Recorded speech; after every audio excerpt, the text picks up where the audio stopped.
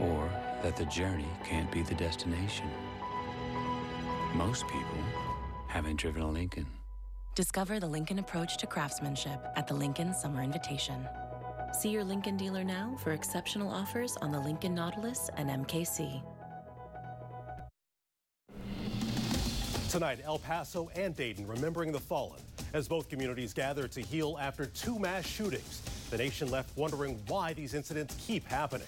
Team coverage from Texas and Ohio, straight ahead.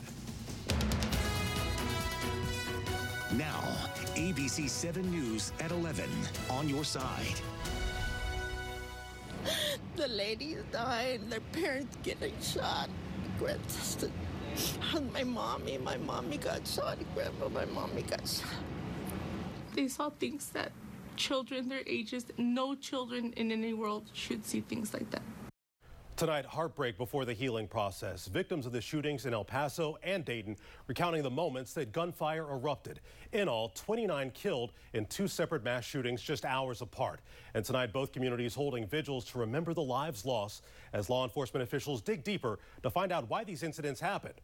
And Jeanette Levy, a local reporter in Dayton in that community with our sister station there, kicks off our team coverage. Parts of the Oregon district here in Dayton are still a crime scene tonight, but behind this tape, there are signs of hope. Less than 24 hours after Connor Betts went on a rampage through the Oregon district, people in Dayton came together to pray and honor the 9 people whose lives were taken in less than a minute. The city needs a lot of prayer. We need a lot of prayer, and I know they're taking prayer out of a lot of things, but prayer needs to continue because prayer does work. 9 people were killed, including shooter Connor Betts' younger sister, 22-year-old Megan Betts. He was wearing a mask, a bulletproof vest, and hearing protection. Surveillance video shows people running for their lives as Connor Betts fired a .223 rifle purchased legally online from Texas. Betts had a small arsenal, drum magazines with 100 rounds. Dayton's police chief says Betts came to the Oregon district with his sister and a friend, but they split up at some point. The friend was also wounded. Betts' car was found nearby with a shotgun in it. 5 officers and a sergeant on patrol heard the shots and within 20 seconds engaged Betts. Video shows officers shooting Betts within 30 seconds in front of Ned Pepper's bar. Had this individual made it through the doorway of Ned Pepper's with that level of weaponry, there would have been a catastrophic injury and loss of life. Police Chief Richard Beal said that there's still a lot of work to be done to determine why Connor Betts did this. He also said that Betts didn't have much of an adult record, just some speeding tickets and nothing that would have prevented him from buying the guns that he had.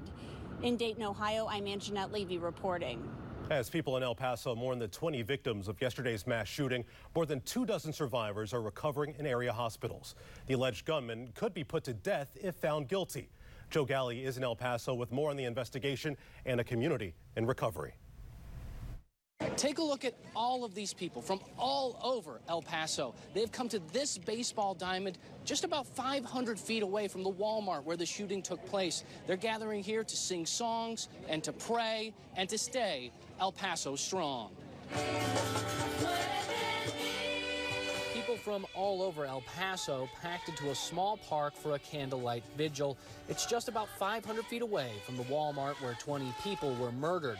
Family members say 25-year-old Jordan Enchando was killed while shielding her 2-month-old son from gunfire. The Associated Press reports the mother of 3 was buying school supplies, something many of the victims of Saturday's shooting were likely doing at this Walmart.